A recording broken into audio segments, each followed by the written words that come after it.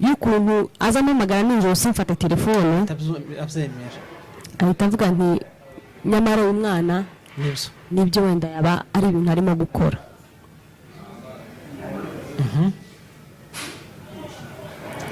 Iyo story iyo foto irasambara Kayole ngo nzasohokana n'abandi bagabo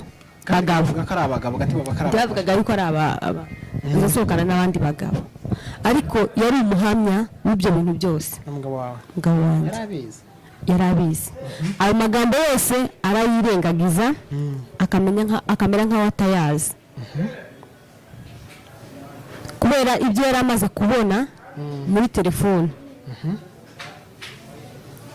Nta wundi muntu yigeze gucatinga nawe cyangwa se kugirana nawe any affair ndi umugore nkiri n'umukobwa nta n'abahungu benshi naringira muri telefone yanjye. So ikintu kimwe cyatumye iyo foto irangiye gusambara iyo n'amakuru y'iminsi 2 nagara amakuru y'imyaka y'amezi 2 kandi no kwenda romwatsa uruhushya no kugena namwatsa uruhushya twabiganiriyeho kuva n'injoro banaganiriye na pare. Iyo foto itangiye kuvuga amagambo, ayo magambo yazanywe na nyina nyakobwa avuga yuko niba atabishaka wansohokanye ninde umusohokanye ninde umusohokanye yasohokanye n'abandi bagabo.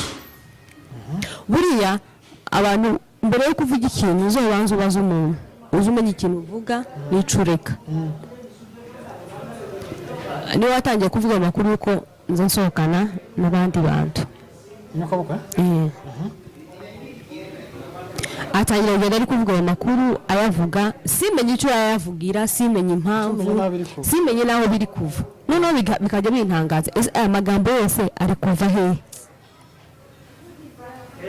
Itangiro ry'aya magambo ninde ni hehe